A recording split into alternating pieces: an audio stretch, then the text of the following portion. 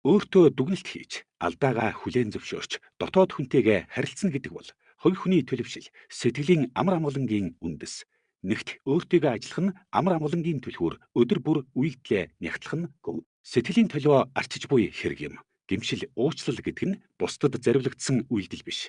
Харин өөрийнхөө сэтгэлийг хүнд ачаанаас чөлөөлж, дотоод зөрчилгүй амьдрах боломжийг олгодог. Хоёрт өөрийгөө хайрлах ба бусдыг хүндлэх холбоос өөртөө чин хайртай хүн бусдыг хүндэлж сурдаг. Өөрийнхөө алдаа, оноог хүлээн зөвшөөрч чаддаг хүн бусдын алдаанд ч бас уужуу хандаж хүндэтгэлтэй харилцах чадвартай болдог. Энэ нь хуурамч баг зүйлгүйгээр чин сэтгэлээсээ харилцах суурь болдог байна. Гуравт сэтгэлийн дуудлага ба чин сэтгэл хүний шахалтаар эсвэл бусдад харагдахын тулд гуйсан уучлал нь хөндий, үн цэнгүй байдаг. Харин таны хэлснээр би өөрөө л хийх ёстой гэж ухамсарлах нь тухайн үйлдэлийг амьд утгуучиртай болгож байгаа юм. Энэ нь хүнийг гадаад хяналт, боддоод хяналт шилжүүлж буй хэрэг юм.